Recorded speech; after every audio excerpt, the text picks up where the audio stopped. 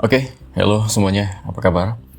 Di tengah bursa saham kita merah dan juga sempat ada momentum yang menarik ya, kita mengulang sejarah dari tahun 2020 dan juga 2008, oke? Di mana ada trade health, gitu ya, atau trading health. Karena pada hari ini ya, hari Selasa, indeks harga saham gabungan atau IHSG mengacu kepada beberapa kondisi, ya kalau teman-teman lihat, dari mulai jam 9 pagi tadi kita sudah kelihatan ya penurunan atau downtrendnya masih berlanjut gitu. Dan ini cukup signifikan mengingat bahwa hingga penutupan sesi 1 itu kita sudah hampir anjlok di angka atau area sekitar 7%, minus 7%. Dan ini men-trigger adanya trading health atau trade health gitu ya dari bursa gitu. Nah sebenarnya dalam konteks ini cukup mengagetkan ya buat teman-teman yang pemula seperti saya gitu. Karena ini pernah terjadi tahun 2020 dan 2008 tadi seperti yang saya bilang gitu. Jadi something happened yang cukup serius dari bursa kita. Kalau kita melihat dari Composite di sini saya coba tampilkan ya datanya dari Asia Stock Index ya. Di Asia Stock Index secara Asia aja kita sebenarnya beberapa itu oke. Ada yang netral, ada yang buy, ada juga yang strong sell, yaitu kita IHSG strong sell di penutupan itu minus 3,84% ya, dan sebelumnya minus sampai dengan 7% kalau nggak salah ya, pas ditutup di jam 11 lewat sekian itu kita pernah sampai sekitar harga 6.011 kalau saya nggak salah ya, 6.011. Nanti coba saya replay lagi recording saya pada saat momen itu terjadi. Artinya apa? Ada sesuatu yang terjadi gitu, entah secara mikro, makro, domestik atau regional atau bahkan global. Karena kalau kita ngelihat tadi siang ya dan juga pagi hari itu justru beberapa indeks harga saham gabungan secara global itu masih fine-fine aja gitu. Kalau kita ngeliat market nih ya, per hari seri per penutupan, nah S&P 500 kemudian Dow Jones itu saat ini merah, gentian merah nih. Tapi pas tadi pagi itu semuanya rata-rata hijau. Mau Hang Seng, mau Nikkei, mau Shanghai, CIC, DX, FTSE dan lain-lain itu masih hijau. Tapi kenapa sekarang jadi hal-hal yang cukup jadi kelainan gitu ya, yang lainnya hijau kita sendiri merah gitu, apalagi di saham-saham Asia. Dan ini saya take di jam 12:30 malam ya sebenarnya. Kemungkinan saya belum follow up lagi karena ada FOMC pada malam hari ini. Mungkin karena tingkat suku bunga dari The Fed tidak jadi diturunkan, dan Om Powell juga nggak mau nurunin suku bunganya walaupun ada tekanan dari Trump untuk bisa menurunkan suku bunga. Yang ini berindikasi S&P 500 dan Dow Jones-nya masih cenderung koreksi di sini ya. Tapi itu kita bahas di lain hari. Tapi yang saya mau sebenarnya bahas itu singkat saja ya, bahwasanya kondisi sekarang itu pernah terjadi juga di tahun 2020 ya. Kalau nggak salah tanggalnya hampir mirip ya, tanggal 12 sampai tanggal 19 Maret 2020. Coba kita scroll ya di Composite. Tahun 2020-2021. Oke. Nah, di sini. Di tanggal 12 Maret ya, pernah ada trading halt pertama ya. Di hari Kamis tanggal 12 Maret itu jam 3:30 atau 15:33.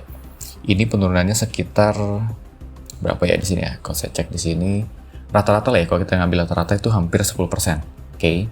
Yang mana pada saat itu masih secara SOP-nya bursa mungkin ya, itu 10% baru ada trading halt. Nah sekarang nilainya tuh diturunkan jadi sekitar minus 5% aja udah kena trading halt gitu. Dari sudut pandang ini aja, ini ada 4 kali ya. Kalau pada saat COVID kemarin, kita lihat deh dalam satu candle-nya aja itu berapa kali penurunannya? 3%. Oke, satu candle 3%. Kalau kita ngambil dari pertama kali penurunannya itu sampai dengan di akhirnya, ini udah ada sekitar 31,82%. Jadi ada 4 kali trading halt pada saat itu, 12, 13, 17, dan juga 19 Maret. Oke, dalam rentang waktu yang nggak jauh beda. Pertanyaannya, kalau ngelihat dari sini, pada saat COVID, kita tarik lagi deh di tanggal 27 Januari 2020, sampai dengan sebelum adanya rebound, ya di sekitar tanggal 24 Maret ya, Januari, Februari, Maret. Oke, 3 bulan penurunan, baru ada indikasi rebound, dan itu setelah ketemu bottomnya. Pertanyaannya, apakah ISG kita sampai dengan sekarang ketemu bottomnya atau belum? Saya pikir masih belum ya, karena beberapa indikator untuk bisa menemukan bottom itu masih belum completely terisi semuanya gitu ya. Checklistnya belum terisi semuanya. Mungkin hanya 3 dari 5 gitu ya yang sudah ada. Tapi sisanya saya harap sih nggak sampai jauh-jauh amat ya. Kalau ngelihat dari beberapa garis-garis yang saya bikin, worst case-nya mungkin kita bisa sampai di bawah 6.000. Mungkin ya, let's say 5.700, 5.900, atau 5.800 yang kita tidak inginkan sebenarnya. Tapi semoga aja ya nggak nyampe di bawah 6.000 bisa kita dapetin rebound-nya ataupun bottom-nya. Oke, saya cepetin aja ya. Jadi pada saat 2020 kita pernah kena juga trading halt. Kemudian yang paling memorable ya buat para senior, dari 2008 itu pernah juga kita kena ya, yang namanya itu kalau nggak salah Black Wednesday ya. Dimana pada saat Black Wednesday itu indeks harga saham gabungan kita pernah sampai sentuh level minus 10 sekian persen ya, saya nggak tahu pastinya, sekitar 10 sekian persen di dalam satu kali trading, satu hari ya, intraday-nya itu minus 10 sekian persen, saya lupa. Nah, apa namanya ya, kalau kita melihat, itu pada saat itu pun masih belum ada trade halt gitu ya, di sini nih keterangannya. Pada saat itu belum ada trade halt. Pada pukul 11:08, perdagangan saham di bursa pada saat itu menuju area atau level di bawah 10,38%. Oke, nilai transaksi hanya mencapai 948 miliar, frekuensinya 27.000 sekian, kemudian volumenya ada di sekitar 1,1 miliar saham, dan posisi tersebut merupakan posisi terendah sejak September 2006. Oke, ini cukup besar ya, 10, sekian persen. Kalau kita melihat dari sini ya, ini kan sebenarnya 43,49%. Kalau kita ngeliat dari pada saat sinyal jual, ini kita abaikan dulu deh si sinyalnya Artifox ya. Kalau kita ngeliat dari sini, ya tanggal 23 September 2008, kemudian capai dengan bottomnya di area, di bulan 29, bulan Oktober 29, tanggal 29. September, Oktober, selama 1 bulan. Pertanyaannya, kita sudah berapa lama gitu kan ya? Kalau tadi COVID itu sekitar 3 bulan, ada rebound, kita Januari, Februari, Maret. Mungkin beberapa orang menduga bahwa, oh Maret sudah sampai bottomnya nih, kita tinggal tunggu reboundnya ya. Oh pada saat 2008 1 bulanan ya, mungkin bisa sampai reboundnya gitu. Tapi nggak semudah itu sebenarnya. Sekali lagi ada beberapa indikasi-indikasi harus kita penuhi ya syaratnya untuk bisa menemukan rebound. Kalau kita tarik mundur lagi deh tahun 2008, dari mulai Mei, Juni, Juli, Agustus, September, oke, sampai dengan November, Oktober, November, 7 bulan ya, dari mulai penurunan nih, terus sampai dengan November, itu baru ada pantulan dan akhirnya rebound. It takes time gitu ya, takes too much time buat beneran bisa kelihatan reboundnya. Jadi ya kita nantikan aja kapan mulai reboundnya. Itu bukan concern saya sebenarnya untuk bahas ini. Nah, pertanyaan kemudian, kalau misalkan di beberapa tahun itu kita pernah dapetin momentum yang sama, gimana harga saham itu terkoreksi cukup dalam? Pertanyaannya di tahun 2020 ini, 2025 ini, kalau ngeliat dari 2020 kan ada ya, ini tajam juga nih sekitar 38%. Kalau kita melihat, pertanyaannya itu karena apa? Karena apa? Ataukah secara domestik atau regional kita nggak ada masalah? Karena tadi itu di pemberitaan juga bilang bahwa DPR ya bersama Pak Sufki Dasko kemudian ketemu sama Direktur Bursa Efek Indonesia mengadakan konferensi singkat gitu ya, yang mengatakan bahwa it's okay, nggak ada masalah secara serius, katanya seperti itu. Semua secara fundamentalnya bagus, kemudian bank-bank yang terhimpun dalam himbara juga nggak ada masalah secara fundamental. Pertanyaan kenapa tetap turun, kan gitu.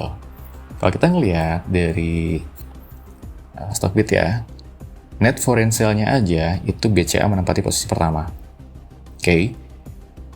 Net foreign sale-nya sekitar 1,5 triliun ya.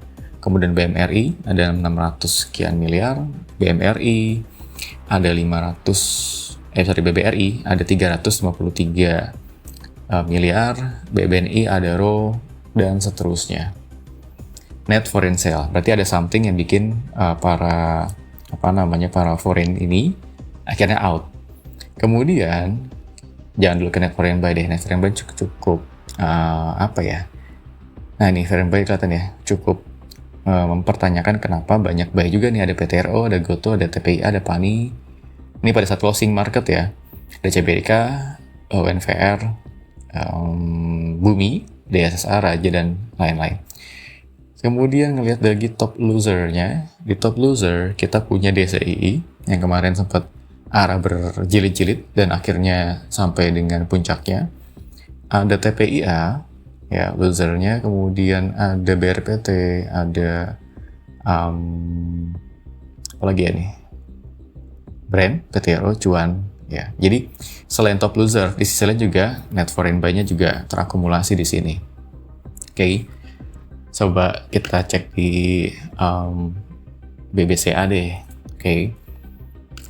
Di BBCA, ini saya udah ada harusnya nih, BBCA. Nah, di BBCA itu sendiri kan pas ya, nanti di tanggal berapa sih?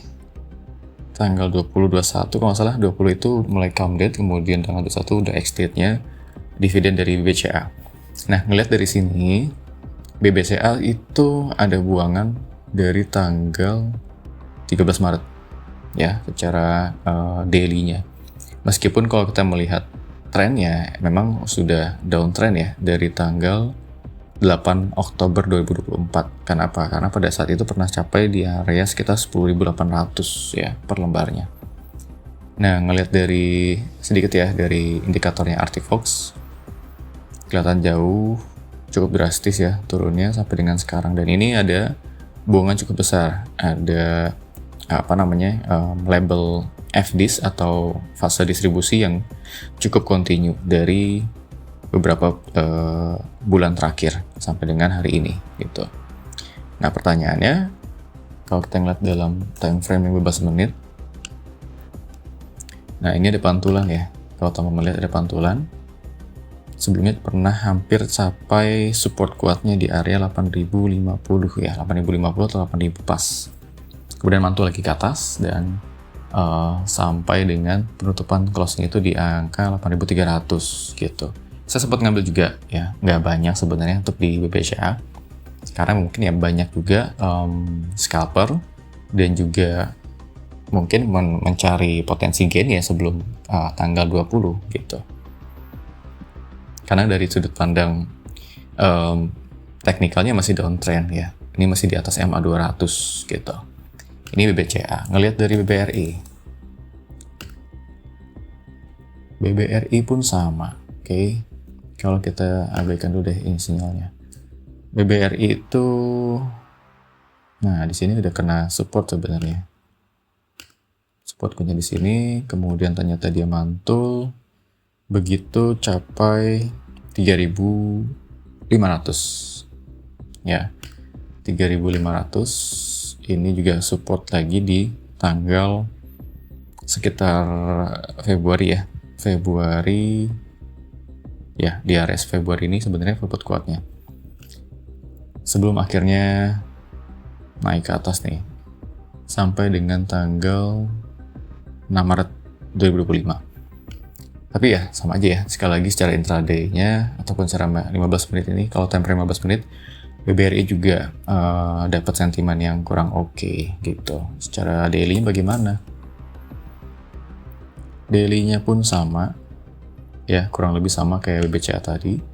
Karena perbankan Terutama Bank Himbara ya. Bank Himbara itu kan memang ada rencana akan dividennya akan dikelola oleh Danantara.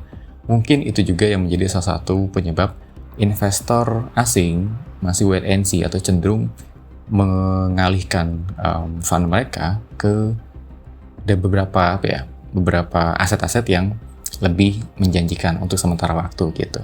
Karena ini masuk ke dalam potensi potensi yang saat ini kita mau bahas. Ada 5 sebenarnya yang saya ketahui, yang saya coba rekap dari beberapa pemberitaan.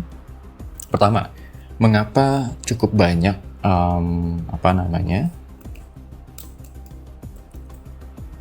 cukup banyak foreign yang akhirnya keluar ya dari pasar IHSG. Pertama mungkin bertepatan dengan lelang surat utang negara yang kalau nggak salah sekitar 26 sekian triliun yang mengisyaratkan yield obligasinya naik, tapi di sisi lain harga obligasinya yang turun gitu. Ini memberikan indikasi bahwa better ke obligasi di mana yieldnya bisa dituntut naik sedangkan harga obligasinya rendah gitu. Ini kalau saya jadi investor asing ya pasti ngambil atau melirik untuk masukin fund saya ke sana gitu. Jadi ya ada bentuk migrasi dari bursa saham kita ke bursa pasar obligasi ya, pasar surat utang negara.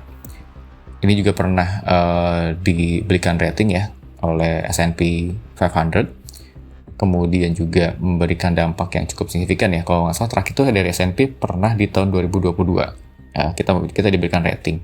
Itu dampaknya juga cukup drastis kelihatannya gitu. JP Morgan kemarin pun memberikan beberapa rating kepada perbankan. Karena memang JP Morgan kita tahu dia spesialis obligasi ya, pasar obligasi. Nah, kemudian itu yang pertama. Yang kedua, secara pemberitaan, Bu Sri Mulyani kan pernah kemarin ya dikabarkan akan mengundurkan diri sebagai Menteri Keuangan gitu. Ini menjadi salah satu bentuk ketidakpastian yang terjadi selain hal-hal yang nanti akan kita bahas lagi.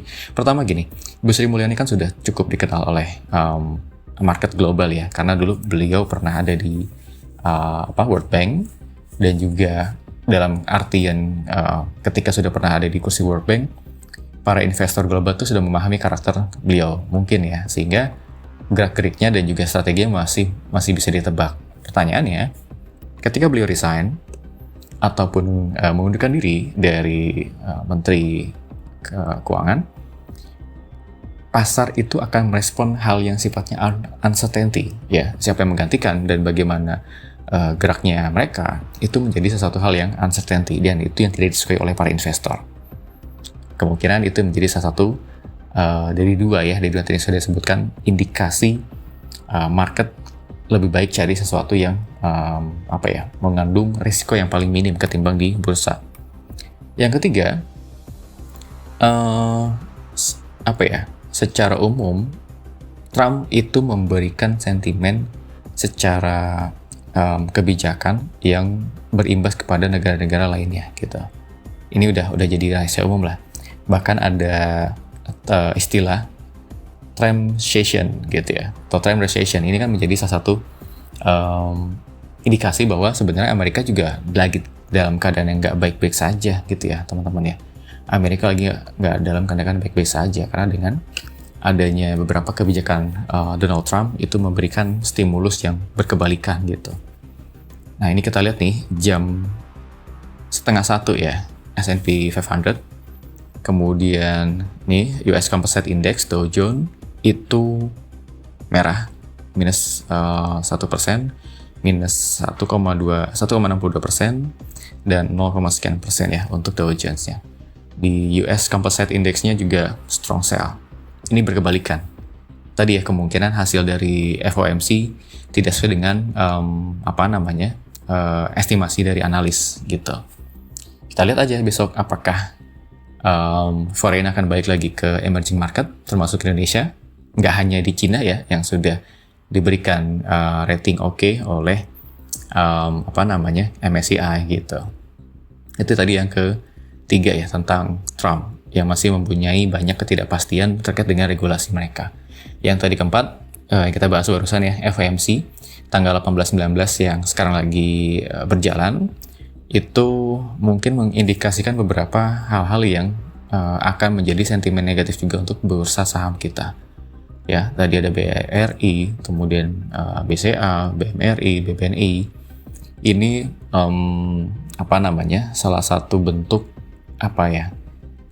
sinyal awal di mana ketika bursa kita merah didominasi oleh perbankan, yang mengindikasikan mungkin keputusannya FOMC sudah menjadi sudah price in juga di perbankan kita gitu, untuk hasil bahwa the Fed tidak akan menurunkan suku bunganya. Ini menjadi sinyal yang kurang baik untuk perbankan kita, dan itu jadi isyarat net foreign sale-nya bertambah cukup besar, terutama di BBCA sampai dengan 1,5 triliun gitu.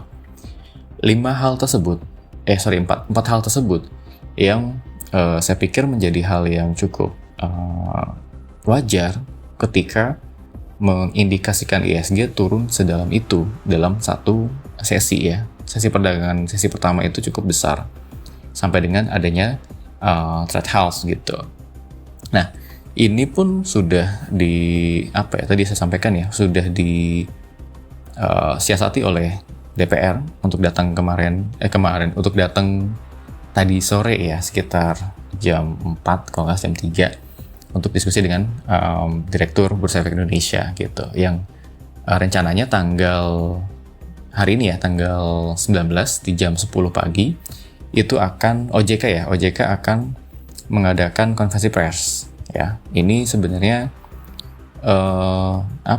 kalau kita melihat OJK ataupun dari bursa hanya memberikan bentuk bahwasanya sebenarnya negara itu ada di sisi mereka.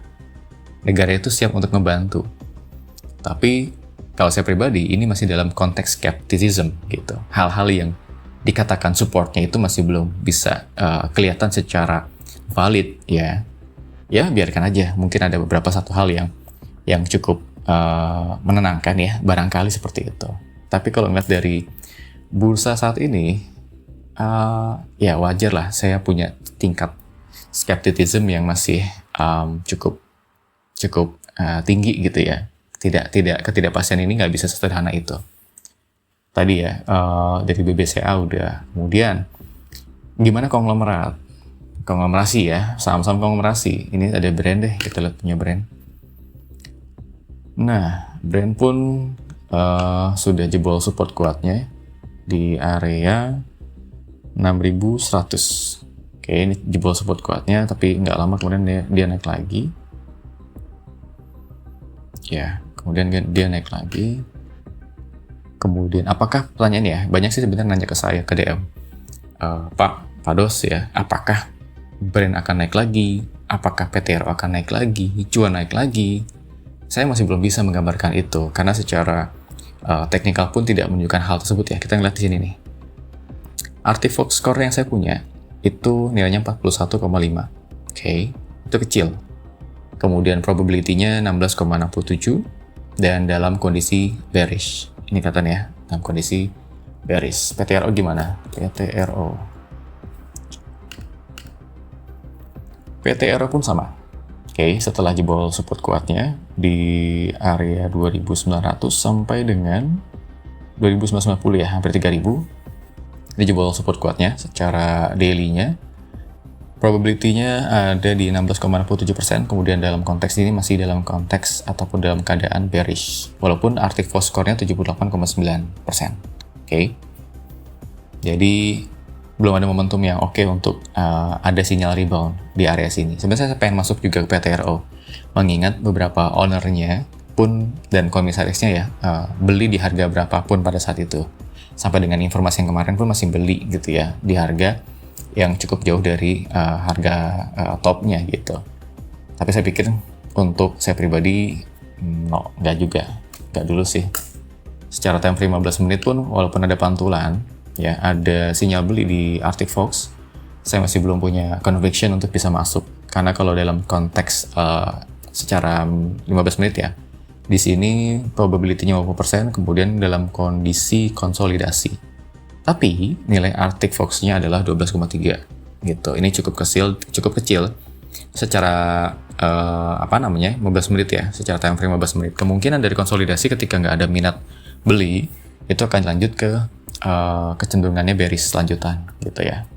Tadi dari brand PTRO cuan gimana? Cuan, oke. Sama ya, sama dengan PTRO, ada pantulan, kemudian ada sinyal beli, tapi secara secara Arctic Fox nilainya 13, probability-nya 83,33%, probabilitasnya bullish ya, bullish loh. Karena di sini dalam SMI-nya mungkin ada sekitar ya, ketika kita melihat di sini, coba kita targetin ya.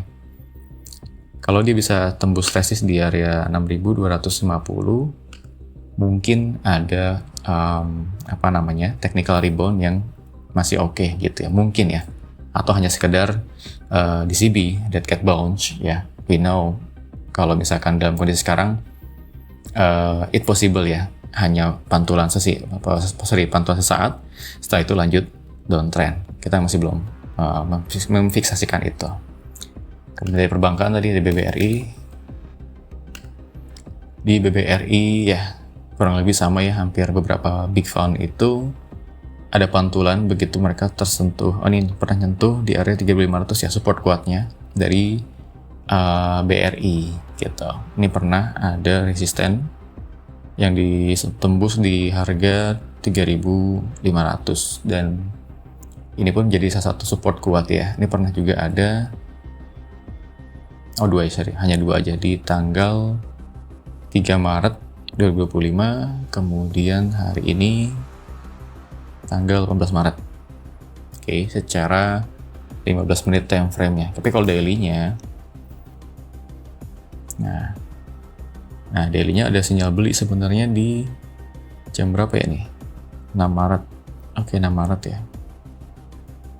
Masih bearish ya di sini. Probability-nya 16,sekian%, Arctic Fox-nya kecil, 17,1. Jadi saya pikir saya sendiri ya, belum menyarankan untuk masuk. Oke. Apalagi selain BBRI, BBCA udah tadi,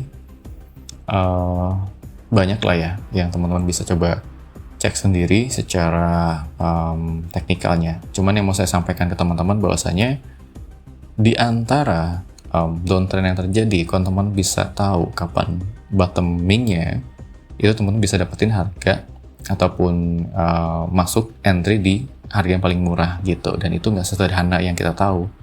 Oh, ternyata ngeliat dari bursa di composite kita atau di bursa efek kita, itu di level sekarang udah bottomnya nih gitu. Hanya melihat dari sini aja, nggak sesederhana melihat penurunannya sudah selesai. Tapi lebih dari itu, banyak indikator yang harus bisa kita cari tahu gitu. Melihat di sini ada worst case-nya di area 5.700 tadi gitu. Harapannya nggak terjadi ya. Tapi kalaupun terjadi, teman-teman punya punya second strategi yang bisa teman-teman pakai. Intinya itu yang mau saya sampaikan ke teman-teman. Semoga kita segera bisa rebound, dan saya pikir buat teman-teman pemula seperti saya harus bisa lebih adaptif dalam kondisi sekarang. Teman-teman mau nanya-nanya ke saya secara pribadi pun nggak masalah, cek aja di akun Stockbit saya, Japri aja nggak masalah. Feel free, mau tanya-tanya juga nggak masalah. Mau ikut kelas rekomendasi saya yang free juga ada ya. Kalau teman-teman memakai indikator Arctic Fox juga ada untuk di kelas membership saya sendiri. Ini akan saya kasih buat teman-teman semuanya. Intinya niatnya adalah belajar gitu ya. Momentum sekarang memang paling enak adalah belajar. Kemudian stay banyak cash dalam kondisi sekarang, karena kita belum tahu kapan kita bisa pakai cash itu sebagai peluru untuk dapetin momentum terbaik ya. Karena dalam kondisi sekarang trade help itu adalah satu hal yang jarang terjadi, dan teman-teman bagian dari sejarah yang kedua setelah COVID, pandemi yang kemarin kita selesaikan. Jadi tetap semangat, and see you again.